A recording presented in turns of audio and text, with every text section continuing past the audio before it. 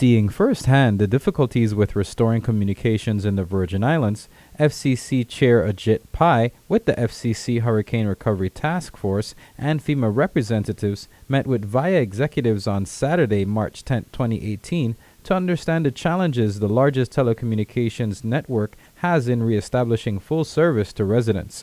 FCC Chair Pai toured the facilities of the VIYA network on the island of St. Thomas. At the VIYA Network Operations Center, FCC and FEMA were given detailed analysis of the hurricane-damaged VIYA network and the status of restoration. News 2 commentator Leslie Comisiong interviewed the FCC chair for his insights now being in the Virgin Islands. Two main things I've drawn already. Number one is that there are some substantial challenges here in the islands, given the geographic nature of some of the damage that happened.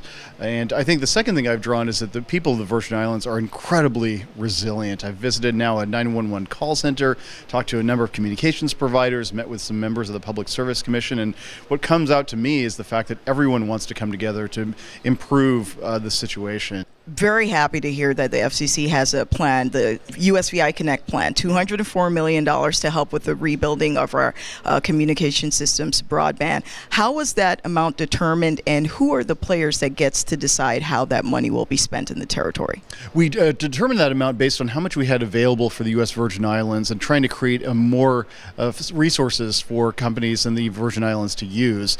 We will be deciding how that money is allocated based on proposals that are submitted by various companies, both fixed broadband companies and mobile companies.